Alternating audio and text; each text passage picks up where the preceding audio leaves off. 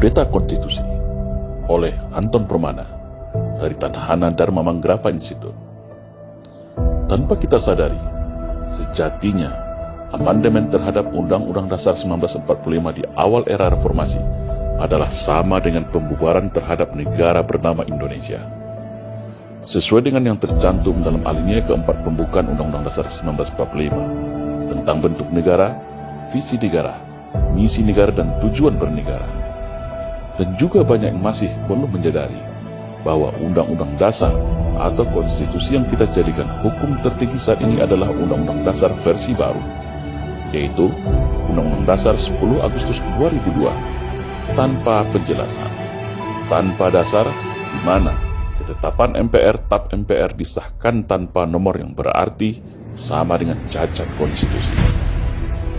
Kayaknya sederhana, tapi lihatlah hari ini dampak kerusakan sistem bernegara yang terjadi. Negara menjadi kehilangan arah. Pancasila dan Undang-Undang Dasar 1945 hanya jadi slogan hiasan di bibir semata. Padahal semua sudah mati suri dan tidak berfungsi lagi. Pancasila itu lahir dari sebuah perdebatan, renungan, pikiran, dan karya monumental para pendiri bangsa ini. Pancasila lahir dari kristalisasi nilai dan norma kebaikan yang hidup tumbuh berkembang dari rahim nilai luhur bumi Nusantara, di mana Pancasila diterjemahkan secara paripurna, mulai dari pembukaan, batang tubuh, dan penjelasan di dalam Undang-Undang 1945 yang asli.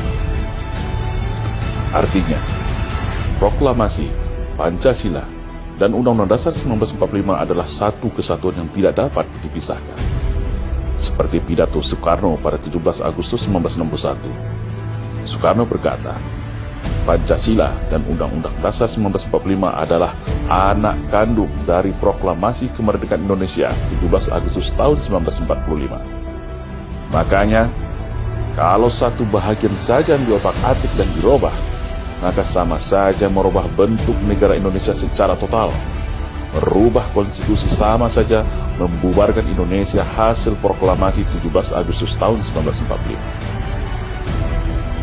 Akhirnya yang terjadi dari hasil amandemen konstitusi itu hari ini adalah negara Indonesia yang berkedaulatan rakyat berubah menjadi kedaulatan partai politik. Negara Indonesia sebagai negara hukum menjadi negara kekuasaan.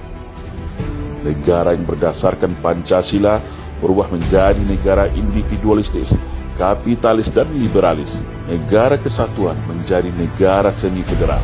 Negara dengan sistem presidensial menjadi semi-parlementer. Dan negara kebangsaan sekarang ini menjadi negara korporasi. Tak ada lagi Nation State of Indonesia, dan ada adalah Citizen State of Indonesia.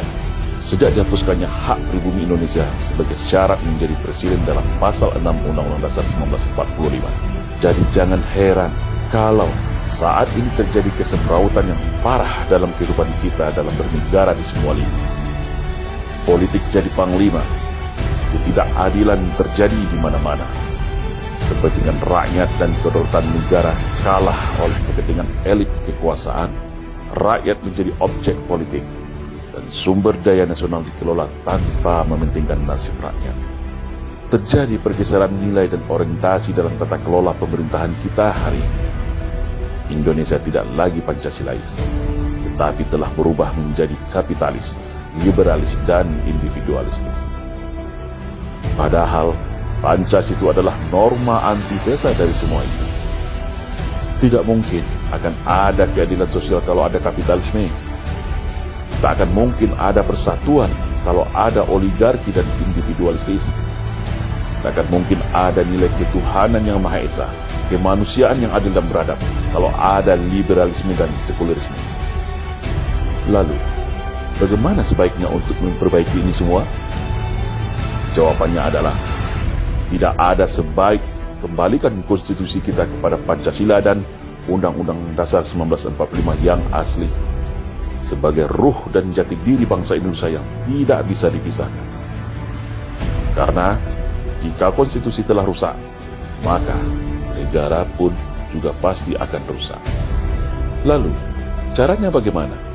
Kembalikan fungsi MPR sebagai lembaga tertinggi negara dengan sistem perwakilan rakyat, bukan hanya partai politik, yaitu diadakannya kembali unsur-unsur keterwakilan komponen masyarakat Indonesia sesuai dengan Pancasila, yaitu sila pertama berarti keterwakilan dari para tokoh agama, sila kedua berarti dari perwakilan para tokoh bangsa, pejuang, negarawan, pegiat, aktivis, atau disebut dengan utusan golongan.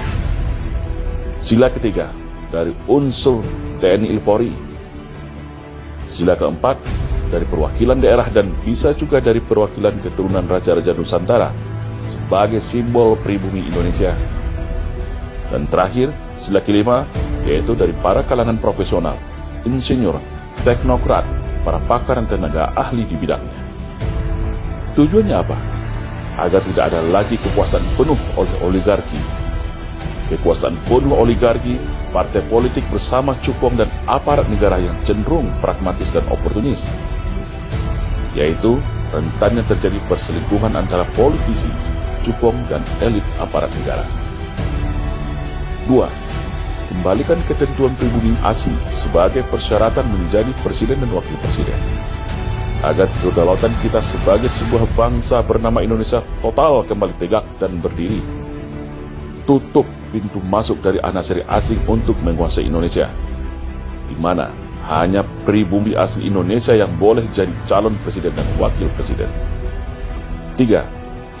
Kembalikan penggabungan TNI Polri menjadi satu kesatuan sesuai dengan doktrin dan sistem pertahanan negara kita, yaitu Sis Hankam Prata, di mana tidak ada pemisahan antara dimensi pertahanan dan keamanan. Kembalikan TNI Polri itu kembali menjadi dari rakyat untuk rakyat, bukan untuk kekuasaan. Hentikan upaya politik belah bambu memisahkan antara TNI dan Polri yang secara filosofis adalah saudara kandung yang lahir dari rahim rakyat Indonesia.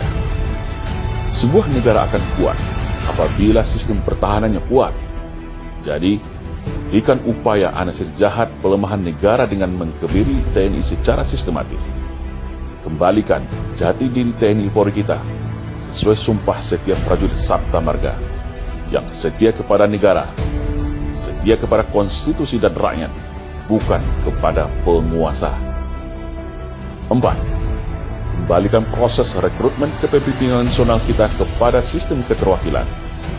Karena sistem pemilihan langsung adalah sistem neoliberal yang bertentangan dengan Pancasila sila keempat, kerakyatan yang dipimpin oleh hikmah kebijaksanaan dalam permusyawaratan dan perwakilan.